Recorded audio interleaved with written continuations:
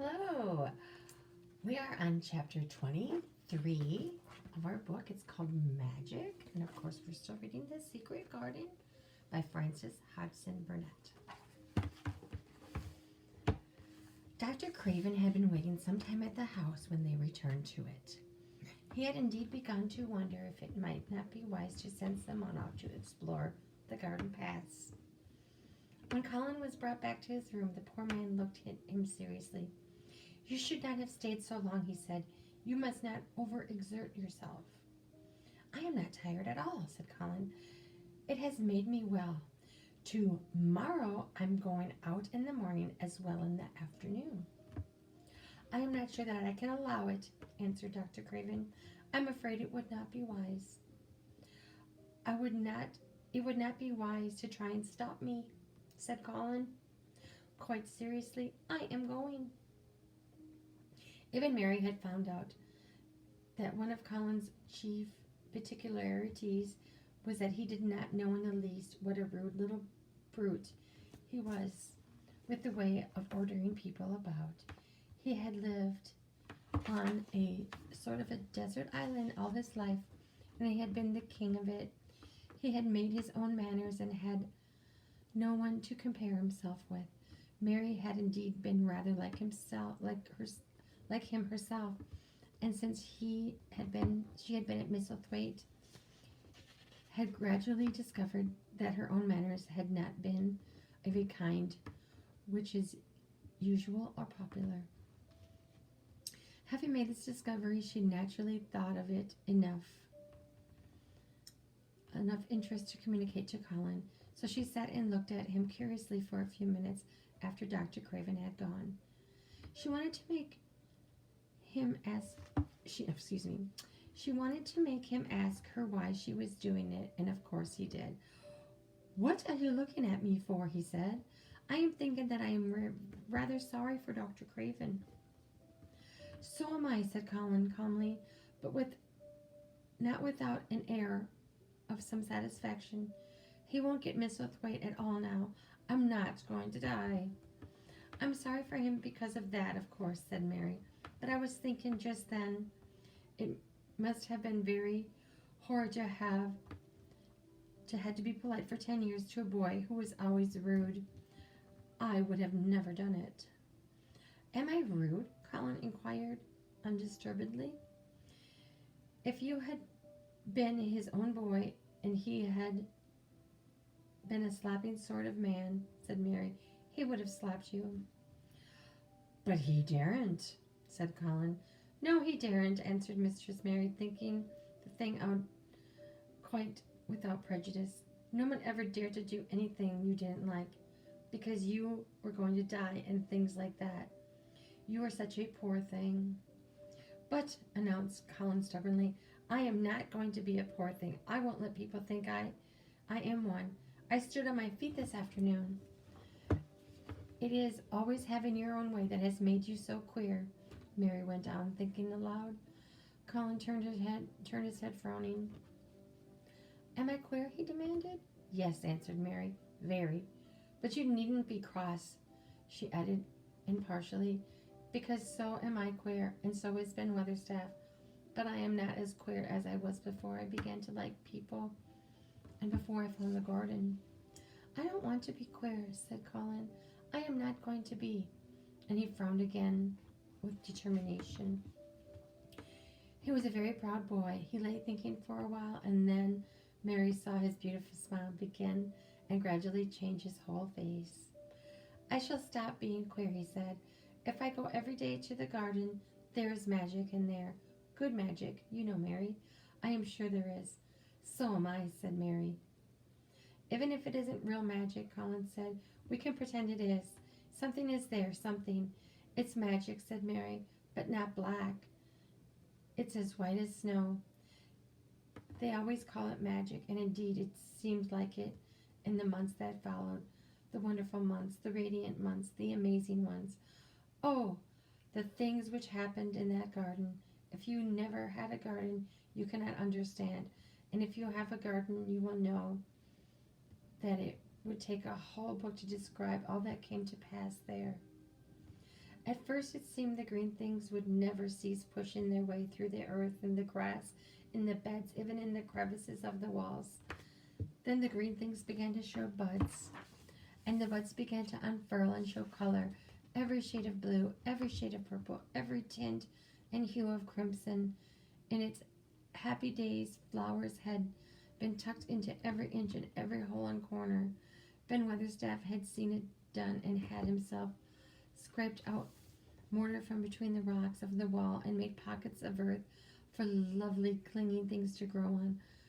Iris and white lilies rose out of the grass in sheaves, and the green alcoves filled themselves with amazing armies of blue and white flower lances of tall delphiniums and columbines and campulas. She was main fond of them, she was, Ben Weatherstaff said. She liked them things as was Alice pointing up to the blue sky. She used to tell, not as she was one of them as looked down on the earth, not her. She just loved it. But she said, as the blue sky, Alice looked so joyful. The seeds Dickon and Mary had planted grew as if fairies had tended them. Satiny poppies of all tints danced in the breeze by the score, gaily defying flowers which had lived in the garden for years, which might have been confessed seemed rather to wonder how such new people had got there. And the roses, rising out of the grass, tangled around the sundial, wreathing the tree trunks and hanging from their branches, climbing up the walls and spreading over them with long garlands falling in cascades.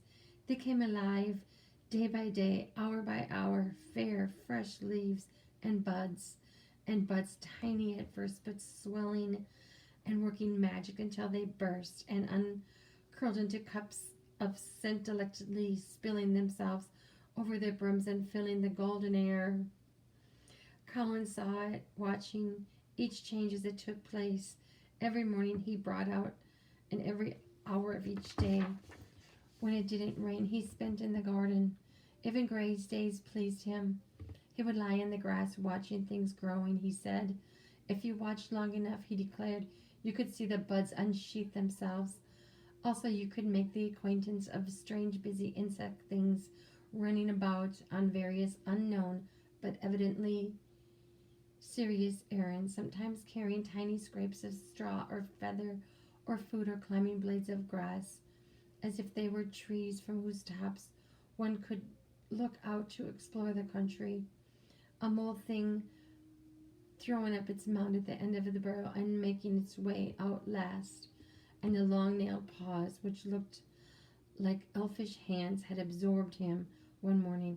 Ants' ways, beetles' ways, bees' ways, frogs' ways, birds' ways, plants' ways, gave him a whole new world to explore. And when Dickon revealed them all and added foxes' ways, otters' ways, ferrets' ways, squirrels' ways, and trouts and water rats and badgers' ways, there's no end to the things to talk about and think over. And here's another plate. I was on the previous page. Plate number 7, or picture number 7. He would lie in the grass watching things growing.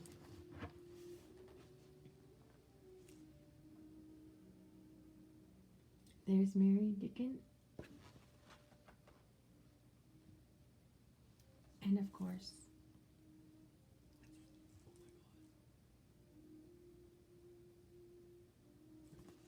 and the little boy. Why did I forget his name? Colin. Mary Dickon and Colin. Sorry. A little bit of a mind lapse there.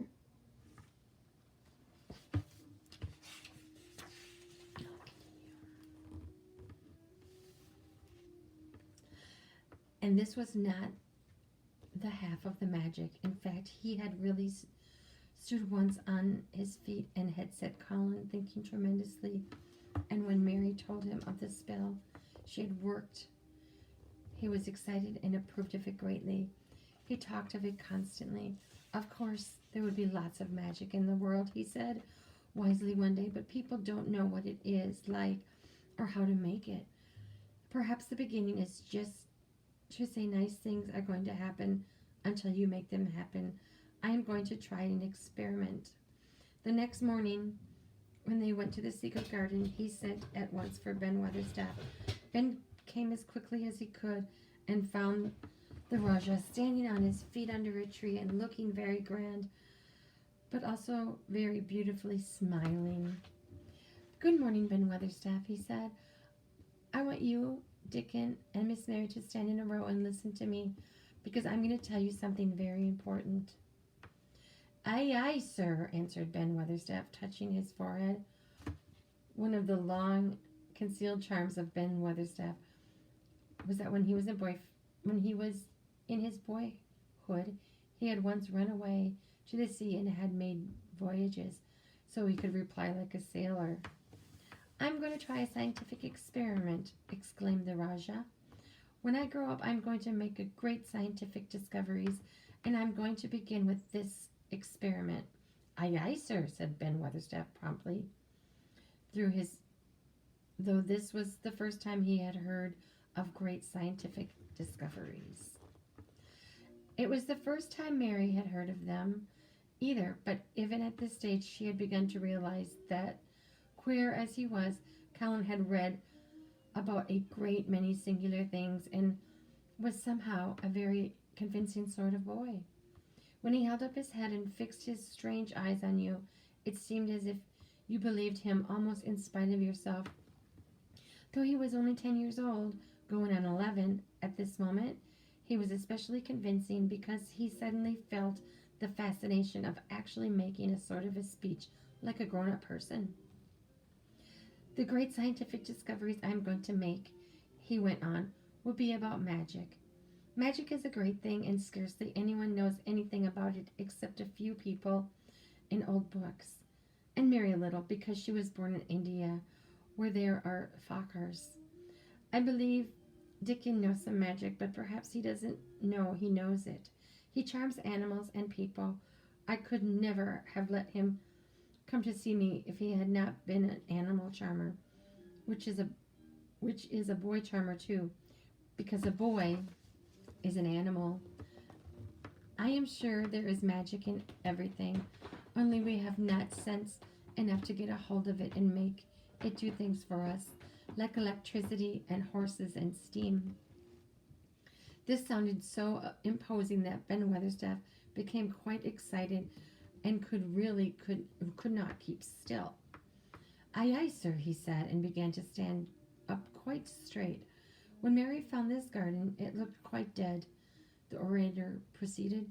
"Then something began pushing up out of the soil and making things out of nothing. One day things weren't there, and another they were. I had never watched things before, and it made me feel very curious.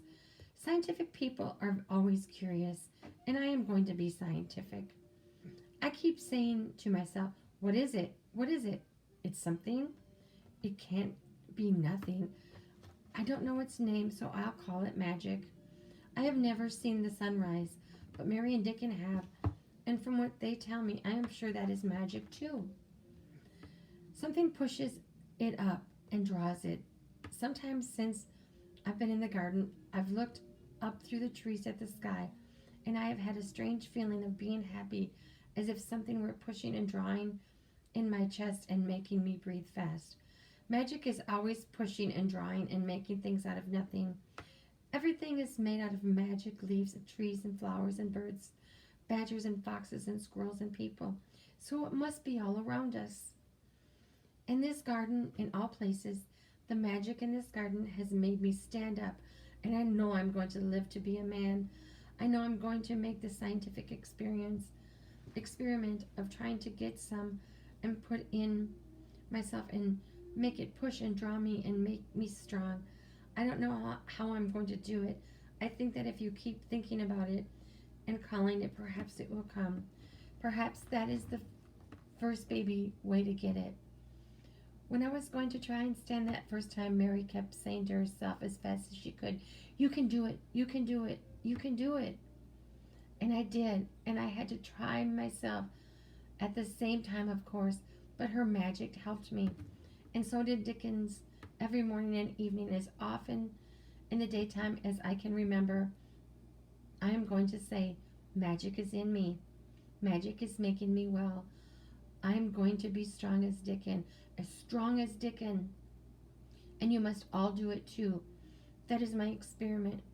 Will you help, Ben Weatherstaff? Aye, aye, sir, said Ben Weatherstaff. Aye, aye. If you keep doing it every day as regularly as soldiers go through drill, we shall see what will happen and find out if the experiment succeeds. You learn things by saying them over and over and thinking about them till they stay in your mind forever. And I think I will do the same with magic. If you keep calling it to come to you and will help it and help you, it will get to be part of you and it will stay and do things. I once heard an officer in India tell my mother that there were Farquhars who said words over and over 1,000 times, said Mary. I have heard Jim Fettleworth's wife say the same thing over 1,000 times, calling Jim a drunken brute, said Ben Weatherstaff dryly. Summit Ellis come o' that, sure enough. He gave her a good hiding and went to the Blue Lion and got as drunk as the Lord. Colin drew his brows together and thought a few minutes, and then he cheered up. Well, he said, you see, something did come out of it. She used the wrong magic until she made him beat her. If she used the right magic and had said something nice, perhaps he wouldn't have got drunk as a lord, and perhaps he might have brought her a new bonnet. Ben Weatherstaff chuckled, and there was shrewd admiration in his old little eyes. That art clever, lad, as well as a straight-legged one, Mr. Colin, he said. Next time I see Bess Featherworth, I'll give her a bit of a hint of what magic will do for her. And she'd be rare and pleased if scientific experiments worked. And so would Dickon had stood listening to the lecture, and his round eyes shining with curious delight. Net and Shell on his shoulders, and held a long-eared white rabbit in his arm and stroked it softly while it laid its ears along its back and enjoyed himself. What do you think the experiment will work? Colin asked him, wondering what he was thinking. He so often wondered what Dickon was thinking when he saw him looking at him or at one of his creatures with his happy, wide smile. He smiled now, and his smile was wider than usual. Aye, he answered, that I do. I'll work same as the seeds do when the sun shines on 'em. It'll work for sure. Shall us begin it now? Colin was delighted, and so was Mary. Fired by recollections of fakirs and devotees in illustrations, Colin suggested that they should all sit cross-legged under the tree which made a canopy. It would be like sitting in sort of a temple, said Colin. I'm rather tired, and I want to sit down. Said Dickon, they mustn't begin by saying thou'rt tired. That must spoil the magic. Colin turned and looked at him in his innocent round eyes. That's true, he said slowly. I must think of the magic. It all seemed most majestic and mysterious when they sat down in their circle. Ben Weatherstaff felt that he had somehow been led into appearing into a prayer meeting. Ordinarily, he was very fixed in being what's called an agent prayer meetings, but this being the Rajah's affair, he did not resent it and was indeed inclined to be gratified at being called upon to assist. Mistress Mary felt solemnly enraptured. Dickon held his rabbit in his arm, and perhaps he made some charmer single no one heard, for when he sat down cross-legged like the rest, the crow, the fox, the squirrels, and the lamb slowly drew near and made part of the circle, settling each into a place of rest, if of their own desire. The creatures have come, said Colin gravely. They want to help us. Colin really looked quite beautiful, Mary thought. He held his head up high, as if he felt a sort of a priest and strange eyes had wonderful look in them. The light shone on him through the tree canopy. Now we will begin, he said. We shall sway backward and forward, Mary, as if we were dervishes. I cannot do no swaying back and forward, said Ben Weatherstaff. I've got the rheumatics. The magic will take them away, said Colin in a high priest tone. But he won't sway until it has done it. We shall only chant. I cannot do no chanting, said Ben Weatherstaff, a trifle testedly. They turned me out of the church choir the only time I ever tried it out. No one smiled. They were all too much in earnest. Colin's face was not even crossed by a shadow. He was thinking only of the magic. Then I will chant, he said, and he began looking like a strange boy spirit. The sun's shining, the sun is shining, that is the magic. The flowers are growing, the roots are stirring, that is the magic. Being alive is the magic. Being strong is the magic. The magic is in me. The magic is in me. It is me. It is in me. It is in every one of us. It's in Ben Weatherstaff's back. Magic, magic, come and help. He said it a great many times, not 1,000 times, but a quite goodly number. Mary listened entranced. She felt as if it were at once queer and beautiful, and she wanted him to go on and on. Ben Weatherstaff began to feel soothed in sort of a dream, which was quite agreeable. The humming of the bees and the blossoms mingled with the chanting voice and drowsily melted into a doze. Dickon sat cross-legged with his rabbit asleep on his arm and a hand resting on the lamb's back. Soot had pushed away a squirrel and huddled close to him on his shoulder, and the gray film dropped over his eyes. At last Colin stopped. Now I'm going to walk around the garden, he announced. Ben Weatherstaff's head had dropped forward, and he lifted up with a jerk. You have been asleep, said Colin. No, art thou sort, mumbled Ben. The sermon was good enough, but I'm bound to get out afore the collection. He was not quite awake yet. You are not in church, said Colin. Not me, said Ben, straightening himself. Who said I were? I heard every bit of it. You said the magic was in my back. The doctor calls it rheumatics. The Rajah waved his hand. That was the wrong magic, he said. You will get better now. You have my permission to go to your work, but come back tomorrow. I'd like to see thee walk around the garden, grunted Ben. It was not an unfriendly grunt, but it was a grunt. In fact, being a stubborn old party and not having entire faith in magic, he had made up his mind that if he were sent away, he would climb his ladder and look over the wall so that he might be ready to hobble back if there were any stumbling. The Rajah did not object to his staying, and so the procession was formed. It really did look like a procession. Colin was at its head with Dickon on one side and Mary on the other. Ben Weatherstaff walked behind, and the creatures trailed after them. The lamb and the fox kept close to Dickon, while the white rabbit hopping along or stopping to nibble, and Soot following them with the solemnity of a person who felt himself in charge. It was a procession which moved slowly but with dignity. Every few yards it stopped to rest. Colin leaned on Dickon's arm, and privately Ben Weatherstaff kept a sharp lookout. But now and then Colin took his hand from its support and walked a few steps alone. His head was held up all the time, and he looked very grand. The magic is in me, he kept saying. The magic is making me strong. I can feel it. I can feel it. It seemed very certain that something was upholding and uplifting him. He sat on the seats in the alcoves, and once or twice he sat on the grass, and several times he paused in the path and leaned on Dickon, but he would not give up until he had gone all around the garden.